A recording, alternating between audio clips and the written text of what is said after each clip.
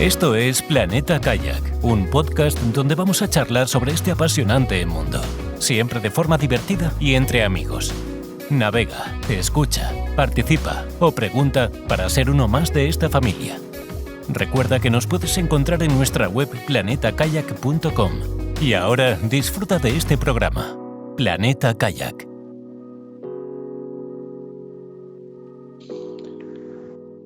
Hola, bienvenidos amigos a un nuevo capítulo de Planeta Kayak y a una nueva entrevista. Hoy estamos Key desde Puerto de Sagunto, Carlos desde Villarreal. Hola, buenas tardes a todos y a todas. Y tenemos un invitado especial que es John desde Bilbao. Buenas. Hola, buenas. John me contactó hace unos meses, ¿vale? Y me dijo, oye, que vamos a hacer una aventura, vamos a bajar el Nilo con un kayak. Y yo dije, ¿y para qué me llamas a mí? Si yo soy un ignorantón y prácticamente no he salido de tan apenas de... Bueno, sí que he salido de Europa, pero muy poco. Tengo que decir que he paleado en el Índico, pero no cuenta. Y me dijo, bueno, a ver qué consejos nos podíais dar. Yo, todo inteligente, le dije, ten cuidado con los hipopótamos y con los cocodrilos, sobre todo con los hipopótamos, que son los animales más peligrosos que hay en África. Y me dijo, no hay ningún problema, está tan contaminado que están todos muertos.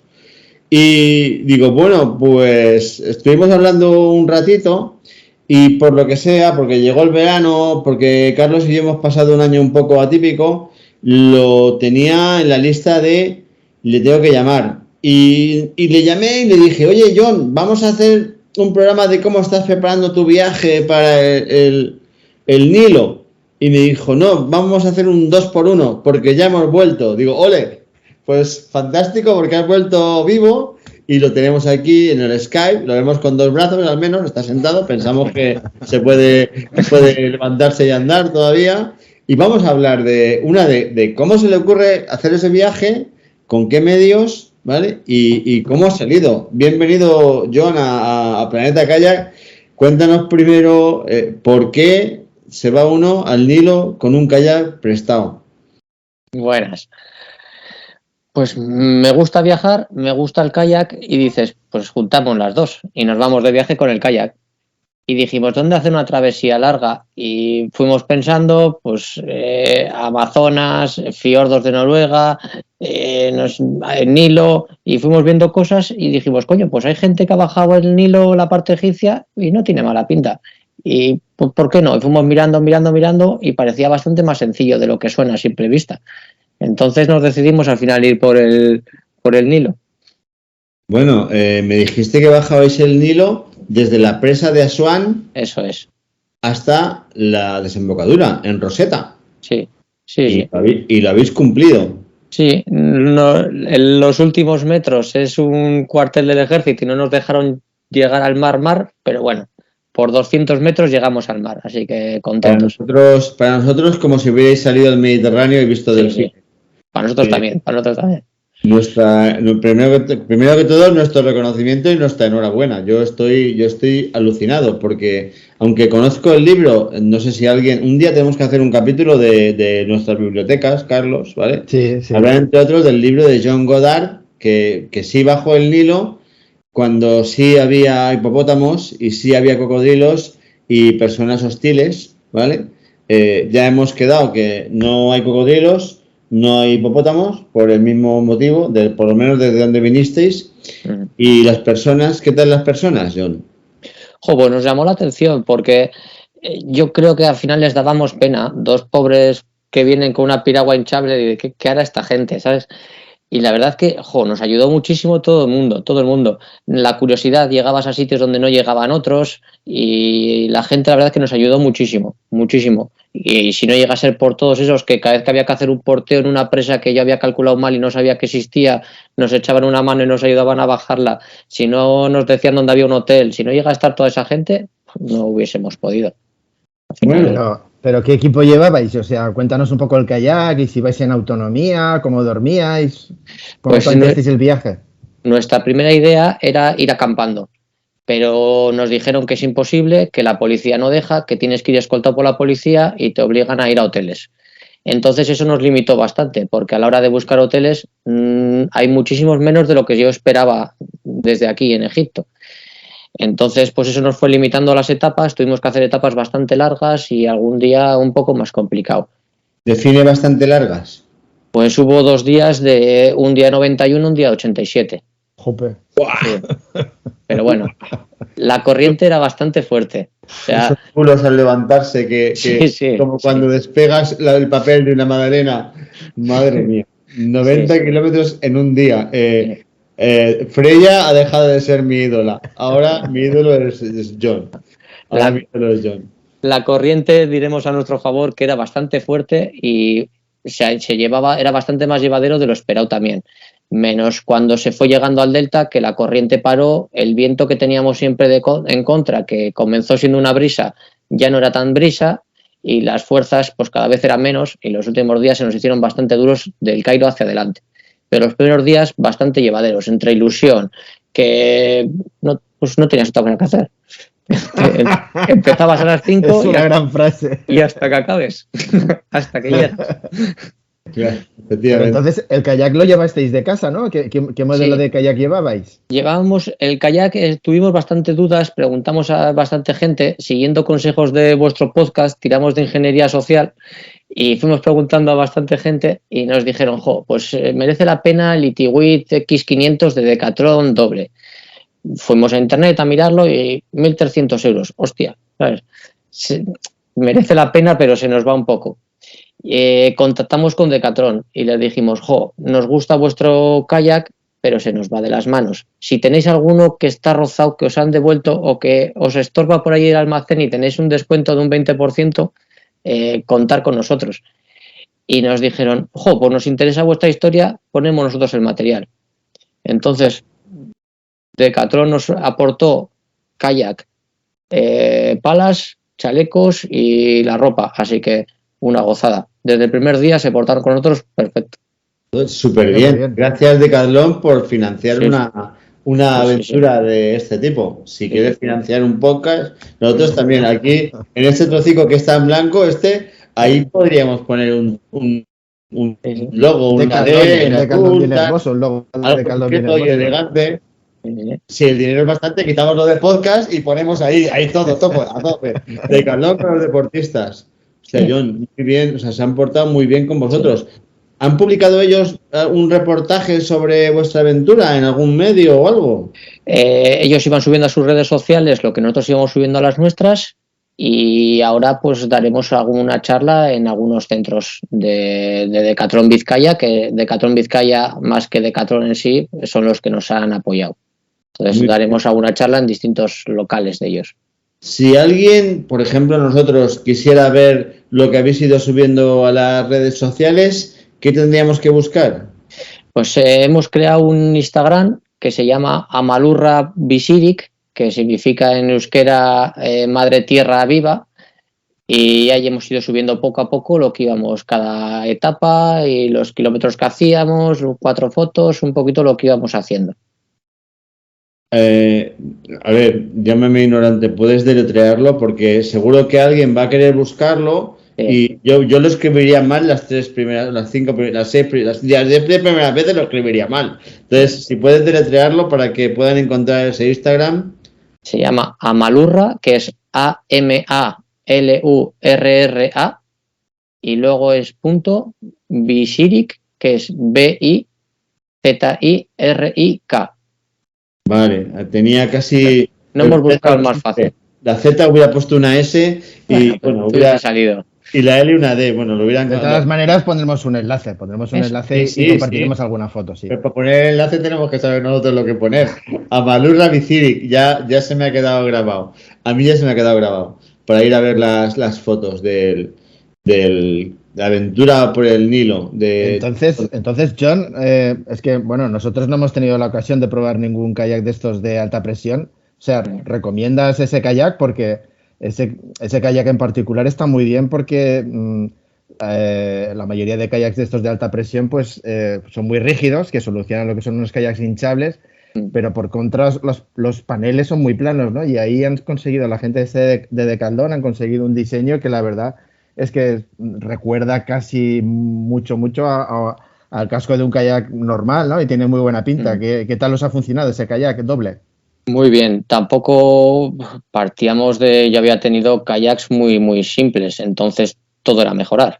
Pero la verdad que le hemos hecho 1.200 kilómetros y en ningún momento hemos dicho, qué lento, qué mal se maneja, qué mal con el viento. La verdad es que contentos. ¿Que era kayaks muy simples? ¿De qué kayak vienes? Pues soy muy ignorante yo con los kayaks. He ido probando pues en Wallapop, he probado uno, este me gusta, este no, pero kayaks de fibra de nivel bajo y luego hinchables. Empecé con un hinchable de 200 euros, luego un autovaciable que pesaba un huevo. Qué raro. Pues poquito a poco, entonces pues todo era mejorar.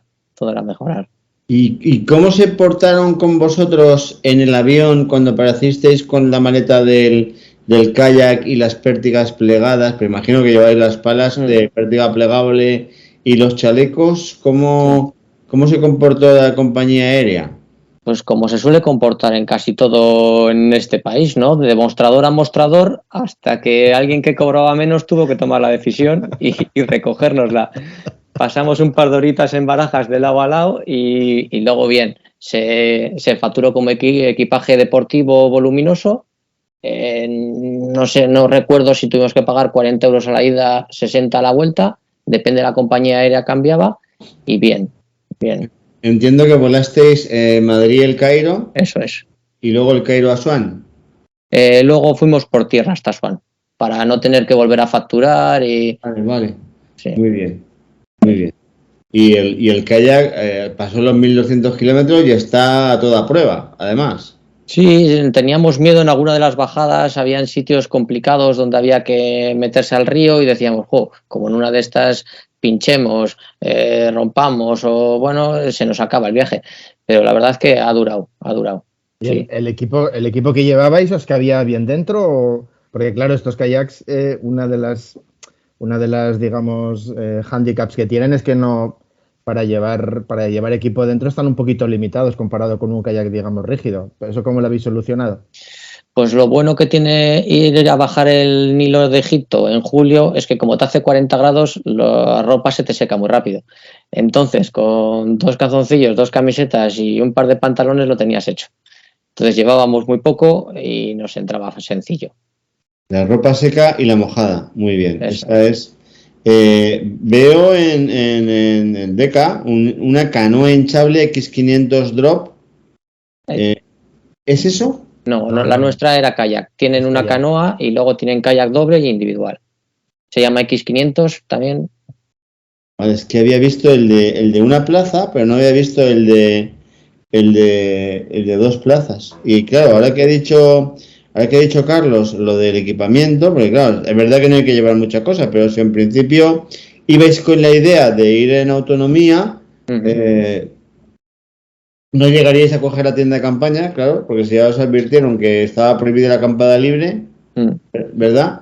Sí. Pues sí que llevaríais cosas de comida, bebida, etcétera. Sobre todo agua llevábamos mucho, pero bueno, el agua iba entrando por cualquier lado, en las gomas que tienes, en cualquier sitio, el agua nos entraba fácil. Sí. Una pregunta al respecto del agua. ¿Ibais comprando agua embotellada? Sí. Nos planteamos potabilizarla, pero preguntamos a un par de personas que habían ido y nos dijeron, no, eso está muy sucio.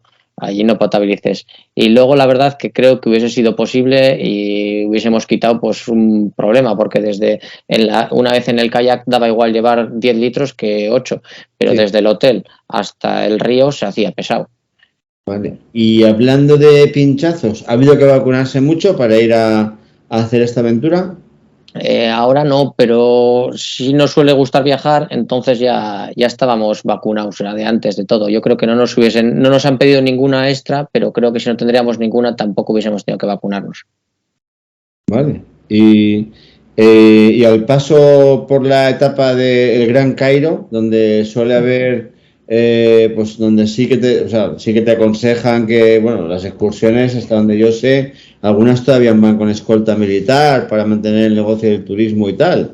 O sea, ¿cómo os sentisteis atravesando la parte del Nilo que atraviesa el Gran Cairo?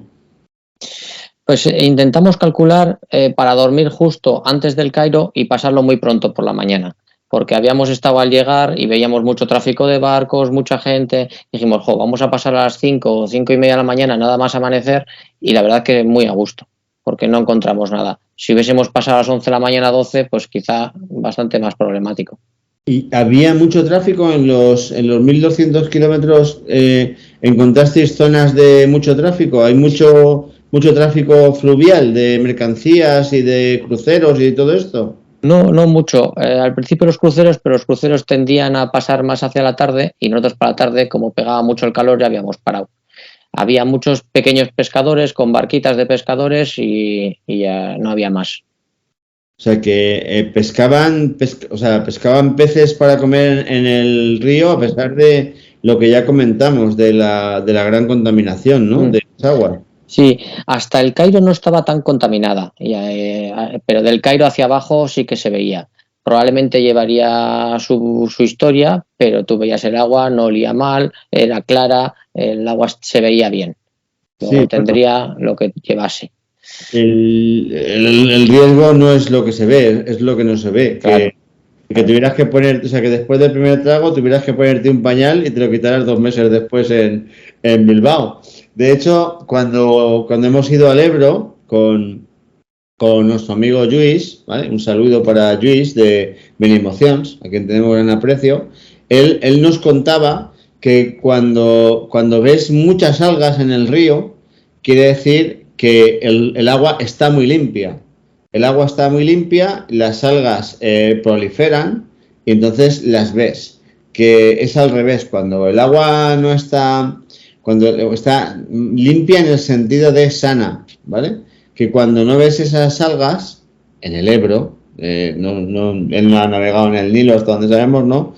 Pero cuando no ves esas algas, quiere decir que el agua no está lo suficientemente sana como para que proliferen y lleguen hasta la superficie. No sé si ahí se aplicará un criterio parecido para determinar, o sea, la bondad del agua o no. Pero bueno, sabiendo que aquí te vas a Segovia, pruebas agua de una fuente y lo que te digo, te llega justo llegar hasta el siguiente cuarto de aseo para no tener que cambiarte de ropa, pues con un cambio de aguas de España a España, ¿vale? Pues de España al Nilo, pues eso, para llevar un paquete de pañales. Bueno, y con las comidas, ¿cómo os habéis apañado? ¿Habéis ido cocinando por el camino? ¿Habéis llevado hornillo y movidas o alguna cosita para engañar y ya hacíais cena en el hotel por la noche? Llevábamos una cocinilla y por la noche solíamos cocinar, llevábamos un tupper o bien lo que habíamos cocinado o lo que habíamos comprado en un supermercado o en un restaurante y lo llevábamos al día siguiente en el tupper para media mañana. Y durante el tiempo, pues con lo que nos gusta comer a todo el mundo, qué mejor disculpa que decir, llevo remando 5 horas, pues cada hora íbamos comiendo pues chocolate, dátiles, fruta, plátanos, lo que buenamente habíamos encontrado el día antes. Muy bien, porque no ha habido ningún tramo de estos de decir, es que durante 100 kilómetros no vamos a pasar por ningún núcleo poblado. Los primeros kilómetros, la zona de alrededor del Nilo, cerca de Asuán, la zona más de los cruceros típicos de toda la vida, esa zona los pueblos quedan un poquito más alejados, quedan un par de kilómetros o así y es zona toda de agricultura, la de al lado del río. Pero así todo, siempre llegabas a un pueblo en el que comprabas, dormías, como necesitábamos llegar a un hotel, si llegabas a un sitio que había hotel, había suficiente vida para tener de todo. Y a medida que bajabas abajo, pues había mucha población. El 95% de los egipcios creo que vive al lado del Nilo. Entonces, en todos los sitios había gente. Sí, en España, la mayor parte de la población vivimos al borde del mar y en el Nilo, pues como solo tienen mar a la parte de arriba, pues la mayor parte de la población vive cerca del Nilo. Tiene bastante lógica. ¿Y el tema de los insectos están muy tontorrones? ¿Habéis tenido muchos problemas con mosquitos o otros que no tengamos en cuenta? No. Sí que cuando te acercabas a la orilla, sobre todo a medida que ibas hacia abajo, en la zona que había un poquito más de basura en los pueblos, pues siempre había más mosquitos. pero en el río, yo creo que la anchura que tenían decían, pues, si quiero picar a alguien no voy a venir hasta aquí. Dice, se quedaban en las orillas y nosotros la verdad que en mitad del río cómodos todo el rato. Todo el rato, no ha habido mucho mosquito ni ¿Pero nada. qué buscabais? ¿Navegar, digamos, por el centro del río o más próximos a la orilla por si teníais algún percance? Normalmente más depende. Empezabas por al lado de la orilla porque querías ver todo, que estabas saludar a la gente te ofrecía un té y parabas un poquito a lo de ellos, y a medida que avanzaba el día te quedaban 20 kilómetros y ya estabas cansado, pues te ibas por el centro, que la corriente era un poco más grande, que nadie te paraba y y que podías seguir recto. Entonces era un poco, depende del estado de ánimo. Muy bien. Pero bueno, hacia el centro se iba cómodo. ¿Cómo habéis hecho el seguimiento de lo que llevabais? ¿Lleváis un GPS o con el GPS del teléfono o cómo os habéis organizado?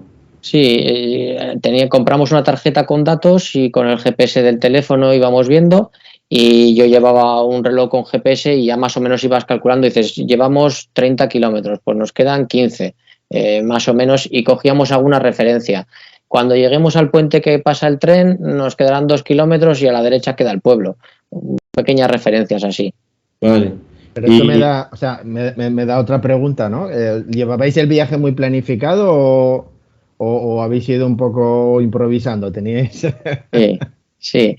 Bueno, pues ahora que no me escucha Nagore, pues no, yo me quedé encargado de planificarlo y siempre tiendo a planificar menos de lo que se planifica. Tú eres de los míos. Sí, pero habíamos hablado con gente que lo había hecho antes y nos habían dicho más o menos dónde ir, dónde podía haber un poco más de corriente, dónde menos, pero en todo momento con todos los que hablamos nos dieron tranquilidad, nos dijeron, es sencillo, se puede hacer, no os preocupéis, lo único dificultad va a ser los kilómetros y la policía, que puede que se ponga muy pesada en ocasiones. Entonces, ¿os han pedido alguna vez una mordida? Que se dice, no sé cómo se dice en África, en Sudamérica la llaman mordida. Sí. ¿Os han pedido alguna? No, nos coincidió que no. Bueno. Pero yo creo que, no sé si en otras situaciones hubiese pasado, pero estaban siempre el jefe de policía al lado, creo que había mucho policía alrededor como para pedir. Igual si se hubiesen dado las circunstancias de otra manera nos hubiese pasado. Como estuvimos no nos pasó en ningún momento. ¿Y no visteis a más gente haciendo kayak o erais, bueno, por lo que has hablado al principio, entiendo yo que lo vuestro debe ser bastante exótico, ¿no? Porque lo digo más que nada porque si alguien se plantea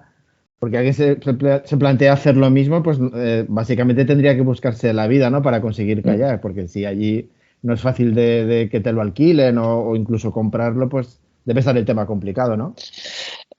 Vimos gente haciéndolo en el Cairo. Y luego había clubs de piragüismo de kayaks en Asuán y Luxor, al final, y en Alejandría. En los 4 puntos más grandes, allí había. Y había gente que nos dijo que existía la posibilidad de alquilar en Asuán y empezar con un autovaciable hasta abajo. Pero claro, luego había que volverlo, el autovaciable, ¿qué haces cuando llegas a un pueblo? Porque ¿cómo te lo llevas hasta el hotel? Sí, Era un poco más complicado. ¿Y cómo llevabais el hinchable hasta el hotel? Pues en ocasiones lo dejábamos en la comisaría de policía y en otras ocasiones la deshinchábamos, metíamos en la bolsa y hasta el hotel. Sí. Depende si el hotel estaba cerca andando, si no en un tuk-tuk de estos pequeños que hay por todos los sitios. Y quiero decir, como idea para si a alguien le está dando, se le están poniendo los dientes largos, si alquila un autovaciable en Asuán con un carrito de estos que llevan dos barras que se meten por los agujeritos de autovaciado para luego poder salir del agua y llevarlo hasta el hotel o llevarlo hasta la comisaría de policía o algún sitio donde se quedara resguardado. Esa idea sería factible, pues, si luego puedes devolverlo por Seur, por ejemplo, a Asuán.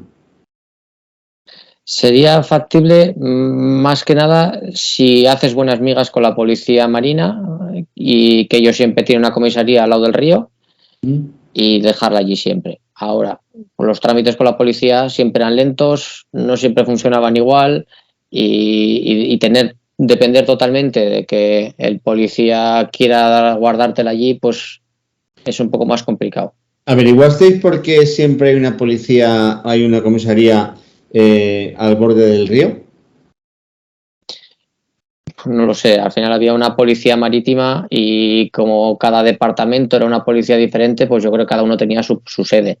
Hay mucho militar, mucho policía y había que ir dejándoles a cada uno buscarle su huequecito. Claro, porque además hay dos carreteras que recorren todo el Nilo, la carretera del margen derecho y la carretera, no sé si eran carreteras o autopistas, pero hay dos carreteras que recorren prácticamente el Nilo entero, la del margen derecho y la del margen izquierdo. O sea que no es... Estaba pensando si a lo mejor el tráfico por el Nilo era el tráfico como aquí, que se ponen en las rotondas cuando vas por la noche y dices, señor, a ver, ¿puede bajar la ventanilla? Le veo mayor, siga. No, te veo joven. Baja y pon las manos sobre el capó. Qué tonto que es.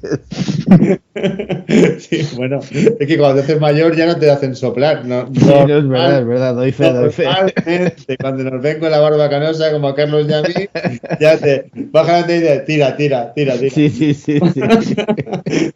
Como al otro, así que dice, hostia, vaya tuning de luces, qué guapo, ¿dónde te lo has hecho? Dice, este no hace falta ni que sople.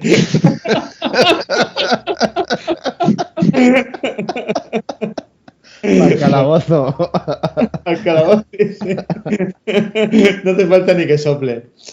Bueno, entonces os fuisteis apañando con las comisarías para poder, bueno, porque también estarían muy interesados a ver por qué van dos europeos con un kayak bajando el río. ¿Cómo os comunicáis? En inglés, imagino, con ellos.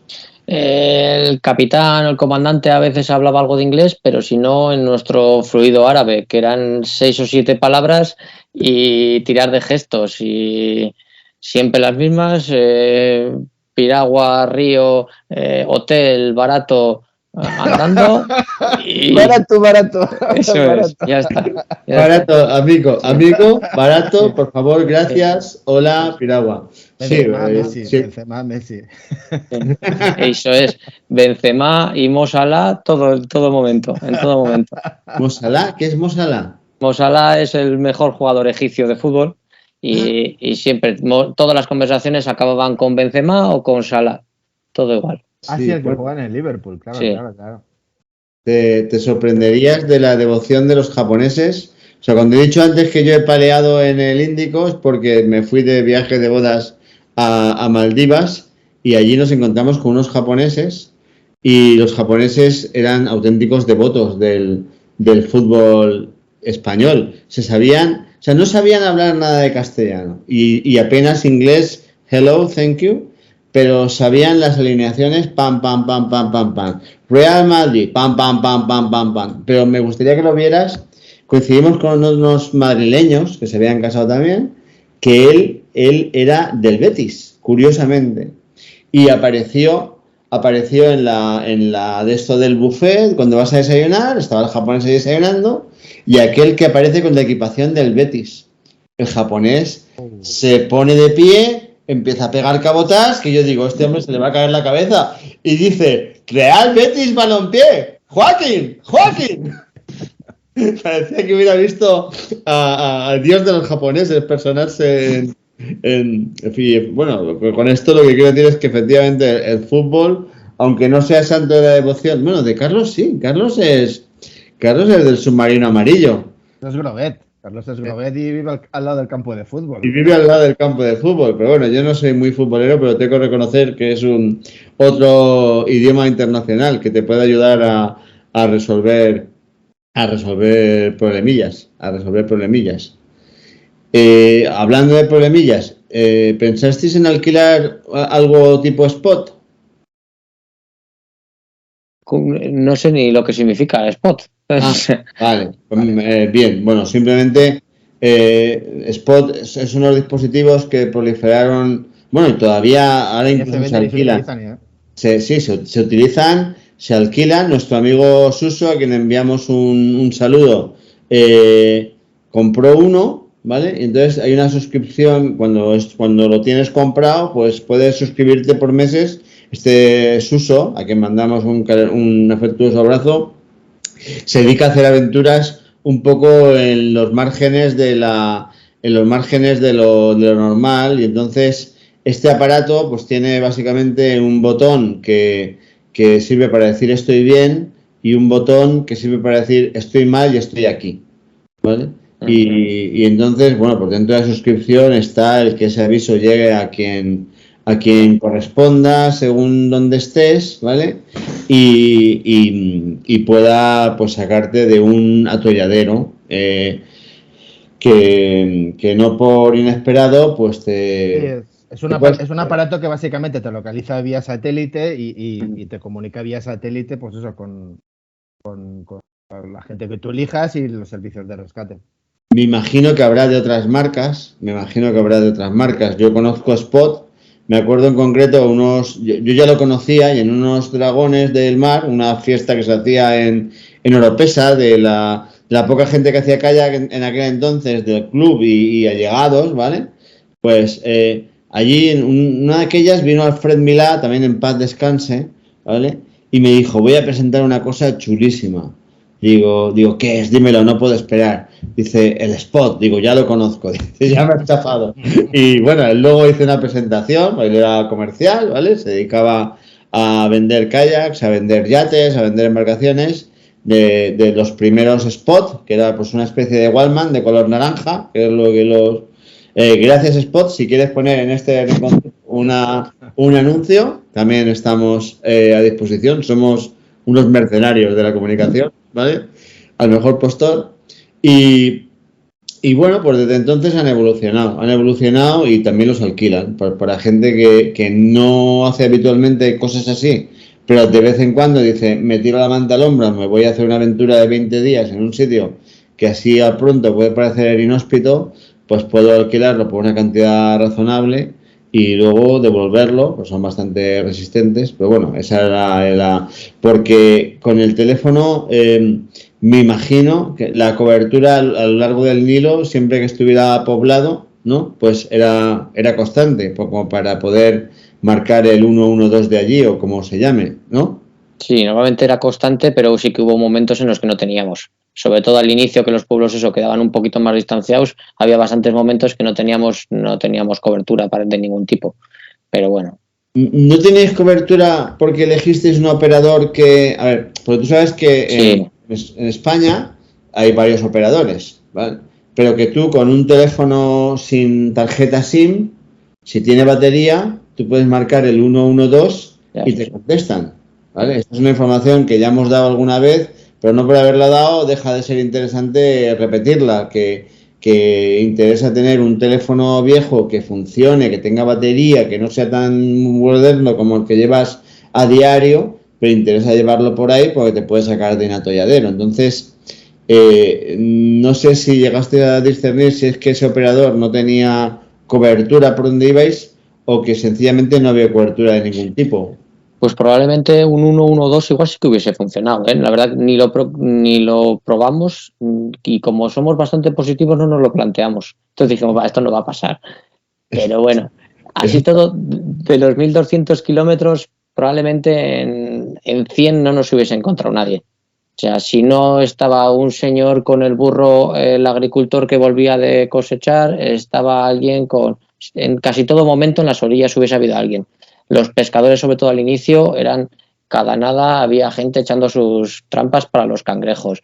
En casi todo momento habría alguien que nos veía. De hecho, nos veía más gente de la que pensábamos, porque cada nada veías a alguien que escuchabas a alguien que te saludaba y decías, coño, ¿de dónde han salido? O sea... Bueno, o sea que ha sido un viaje ameno. Esa es otra. ¿Nos puedes describir un poco? Hombre, habéis hecho un tramo muy largo, pero ¿nos puedes describir un poco el paisaje? Porque claro, a mí a priori de los dibujos animados y las películas y tal, pues claro, me lo imagino así tipo desierto, ¿no? Como si fuera del desierto del Sinaí, ¿no? Y me imagino que conforme hablas y claro, ser unas orillas, digamos, tan fértiles, pues precisamente lo que tiene que haber es mucho cultivo, ¿no? Y me imagino que vegetación, ¿no? Debe ser un vergel, ¿no? ¿Puedes explicar un poco el paisaje? Sí, lo que dices, al final con tantos kilómetros va cambiando. La gran mayoría era terreno cultivado. Plataneros, maíz, mangos, terreno cosechas. Luego había zonas en las que veías una línea fina de unos metros verdes y luego enseguida había arena, incluso algunos puntitos que la arena te llegaba hasta el mismo río. Otra zona con cadena montañosa, sobre todo al inicio, los primeros 200 kilómetros tenías más o menos una cadena montañosa, no era el Himalaya, pero una cadena montañosa justo a la par. Bueno, sobre todo al inicio. Luego al final, pues no sé si era el paisaje o éramos nosotros los que se iba haciendo un poco más monótono, ¿no? Ya era más ancho el río, más ciudades, más un poco más lo mismo. Pero los primeros kilómetros, sobre todo muy bonitos, muy variados, mucho templo, que llegaba desde la misma orilla, se veían. Por eso sí, lo que decías antes de si alguien se anima, si igual no se anima a hacer todo porque dices, no voy a gastar todas mis vacaciones en esto, no dispongo. Los primeros kilómetros, los que se hacen normalmente los cruceros desde Asuán hasta Luxor, creo que merece la pena hacerlos, que es donde más variado es el paisaje, más de todo ves. ¿Cuántos días os costó? Es que no sé si te lo hemos preguntado. Hicimos 20 días, o sea, fueron 19 remando y 1 de descanso. Muy bien. Cuando nos quedaban 2 para acabar, ya no está disfrutando y vamos a descansar un día que... Claro, es que ese es otro tema. Sí. Yo en kayak no he hecho viajes de 6 o 7 días y no se hace tan pesado quizás, pero en bicicleta cuando ya llevas 8 o 9 días pedaleando, sobre todo el coco se te cansa, ¿no? Más que físicamente, el coco se te cansa y al menos una jornada te la tienes que tomar o totalmente de descanso o pedalear poco, ¿no? ¿Os pasó eso a vosotros o digamos la marcha de navegar tantos kilómetros, tantos días se fue llevadera? A mí fue una vez llegado al Cairo. Era como vamos a llegar al Cairo, llegamos al Cairo, ¿eh? Y una vez llegado al Cairo, como la corriente paró, las fuerzas, el día antes nos habíamos hecho 91 kilómetros bastante duros. Yo a partir de ahí ya dices, había algún rato que dices, voy a acabar solamente por todos los que me han dicho que no iba a acabar. Por no darles la razón a todos los que me han dicho que no voy a acabar. Solamente por eso. Muy bien. Bueno. Pero habías dicho que eras vasco, ¿no? Porque esto que dices tú es de maños, más bien. Dices, ¿cómo consigues que un maño haga algo? Diciéndole que no puede. Entonces, si nadie te hubiera dicho que no ibas a poder y tal, o para decirlo en otras palabras, si tuvieras que recomendar a alguien el viaje, decirle, mira, si solo tienes 15 días, en vez de hacerlo entero por mis ganas de darle las narices a todos los que me han dicho que no puedo, o sea, lo que no te puedes perder, o sea, la parte magra del viaje, lo bueno, la carne es desde Asuán antes del Cairo, desde Asuán a Luxor, de Luxor al Cairo. De Asuán a Luxor, para mí lo más bonito. De Asuán a Luxor. Luego de Luxor al Cairo no está mal. Y si quieres ampliarlo más, merece la pena. Encima de eso, lo que decíamos antes, el agua da la sensación de limpia, bien. Luego del Cairo hacia abajo, pues bueno, pues la corriente es mucho menor, cuesta mucho más. Lo que antes hacíamos en 7 horas, luego lo hacíamos en 10. Claro, ya es diferente. Bueno, me planteaba también el dilema del Cairo hacia Alejandría es todo un gran delta, en el que además estará inundada grandes partes del terreno a petición. Me imagino que al hacerse tantos ramales debe ser relativamente fácil, ¿no? Perderse, meterse por un ramal que no toca. Ahí va yo. ¿Cómo elegiste Claro. el ramal principal del Nilo para poder? Porque debe ser difícil incluso con el Google Maps en el teléfono. Sí. Ahora ramales grandes de por sí solo hay 2. Antes había, no sé si eran 7 hace unos años, 9 en el antiguo Egipto me parece, y ahora solo quedan principales 2 y quedan un montón de canales de regadío que rápidamente se ve que dices, este no es. Y muy atentos porque sabíamos más o menos dónde tenía que ser, dónde teníamos que coger el de la izquierda, pues muy atentos con el GPS, preguntando a gente 3 veces por si acaso, porque dices, a ver si acabamos en Argelia y no esto. Y bien. Luego ya una vez que cogías el ramal, pues todo seguido. Y luego otro tema, has comentado, bueno, aquí en bueno, como sabéis todos, aquí en España, pues el tema de los ríos es un problema, pues las intervenciones que hay presas, hay azuts, hay muchas instalaciones hídricas, ¿no? Que interfieren mucho en la navegación. Pero ¿os encontrasteis muchos problemas en este sentido en el Nilo? Había 4 grandes presas y los primeros días, la primera presa la pasamos antes de que la policía supiese que estábamos bajando, entonces fue sencillo, nos bajamos antes, anduvimos un rato y nos volvimos a meter al río después. Luego ya cuando estaba la policía, pues era más complicado porque ¿por qué vamos a bajar aquí? Vamos a esperar a que pase un carguero. Pues hubo un día que nos llevó 4 horas pasar una presa. Sí, claro, porque si hay ríos grandes y hay navegación, pues normalmente hay esclusas Eso es. y te hacen atravesarla por las esclusas. Sí. Sí. Al final tuvimos que pasar todas por al lado, no pasamos ninguna esclusa, pero la policía siempre pensaba pasar por la esclusa, pero claro, la esclusa se abre cuando se abre, no van a abrirla solo para nosotros. Lógicamente, lógicamente. Bueno, entonces, lo mejor de todo el viaje.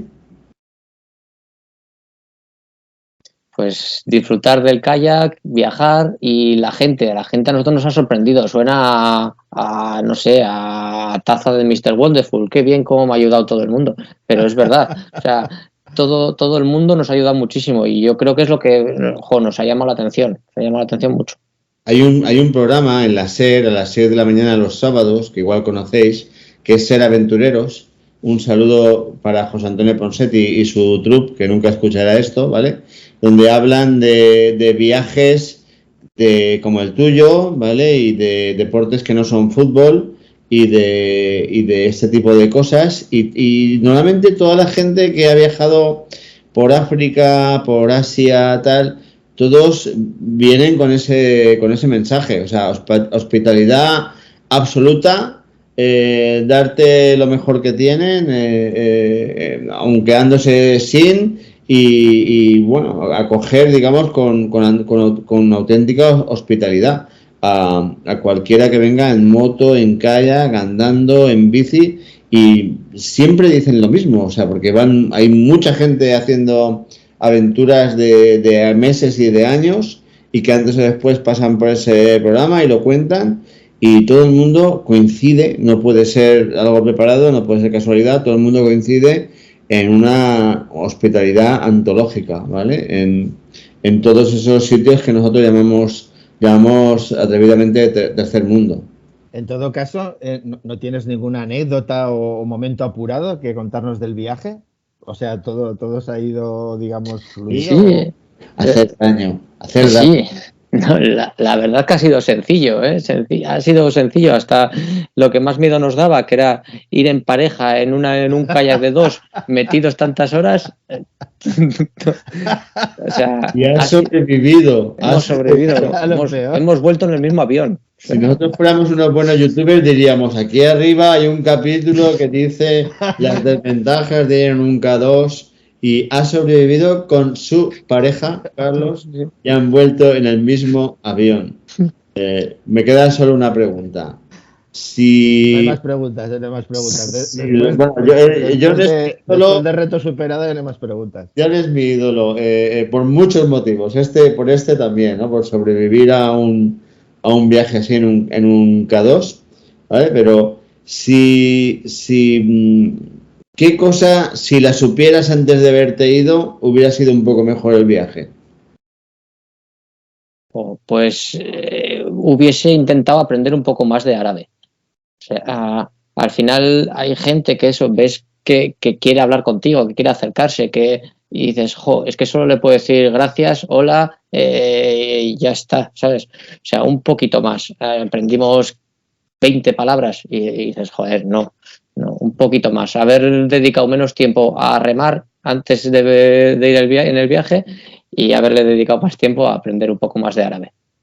Muy bien, pues yo por mí no hay más preguntas, señoría. Carlos, tenemos que despedir a este ídolo con una ovación. Vamos a hacer la ola los dos. Sí. No, bueno, yo desde luego, ahora mismo cuando termine me voy a entrar al Instagram vuestro y voy a empaparme visualmente de ese viaje. Pero bueno, me he quedado maravillada de una cosa que, visto así desde lejos, resulta complicado, y es complicado, como irse acerca ya por el Nilo, pues John lo ha convertido pues en una experiencia sencilla y que nos demuestra al final que a todos que querer es poder. Y a partir de ahí, pues oye, te echas a la espalda lo que te plantees y si llevas la actitud adecuada, pues es importante pues para resolver un viaje de estas características. Pues ya, John, solo nos queda emplazarte a que si haces otro viaje chulo de kayak, pues nos llames de nuevo y nos lo cuentes otra vez. Nos vamos los tres. Nos vamos los tres, sí. No sé si volveremos a la misma. Si Nagore quiere, pues los cuatro. Si planteas que en el Amazonas hablan castellano. Sí. Bastante bien. Pero hay pitones, anacondas, ¿no? Hay tantas cosas que dan miedo, que bueno, que yo, vamos, ni me lo planteo. O sea, todo lo que... Cuando lo único que no da miedo es el Amazon, que te despluma. O sea, que imagínate aquello que solo te mata. Pero bueno, ojalá. Ya hay gente que... Bueno, hay gente... Y hay gente que no ha sobrevivido recientemente. O sea, recientemente ha habido expediciones en la que no todos los que han empezado han llegado hasta el mar, en el Amazonas. Lo contábamos en el capítulo de cronología del kayak de mar, ¿recuerdas, Carlos? Sí, ¿vale? Perfectamente. Y sin embargo, pues ahí tienes a Juan Sin Miedo, no sé si lo conocéis, otro aventurero de estos que igual da la vuelta a África en bici, que se fabrica una canoa de estas, de las que se vacía un tronco arriba del Amazonas, y se vació un tronco y se lo bajó con una canoa autoconstruida, que por cierto, su última aventura hasta el momento fue irse a Vladivostok e intentar cruzar Siberia en invierno en bici. Y le pasaron dos cosas: una, que sufrió una congelación, y dos, que empezó la guerra y salió por pelos no sé si habrá recuperado el equipamiento, pero bueno, a veces estas cosas, cuando ya intentas aventuras tan pues me imagino que estaría dispuesto a perder el equipamiento cuando suceden este tipo de cosas. John, muchísimas gracias por a vosotros. Tu aventura. A vosotros. Te esperamos para que nos cuentes la siguiente, decirte si nos vamos con nosotros, contigo, o si nos la cuentas al volver en otro episodio del podcast, ¿vale? La siguiente con Nagore, que esté también aquí conectada. Muy bien, un saludo también para Nagore, que no puede participar, pero bueno, hubiera estado estupendo que hubiese colaborado también en este episodio. Nuestros deseos de que se mejore y se recupere para planificar el siguiente viaje lo antes posible, ¿vale? Y agradecidísimos. Para los oyentes habituales, pues bla, bla, bla, en las redes, el correo, tal. Un saludo, un abrazo a todo el mundo. Gracias por escucharnos. Gracias, John. Agur. Agur quiere decir hasta luego. Eso. Navega, escucha, participa, pregunta. Para ser uno más en Planeta Kayak.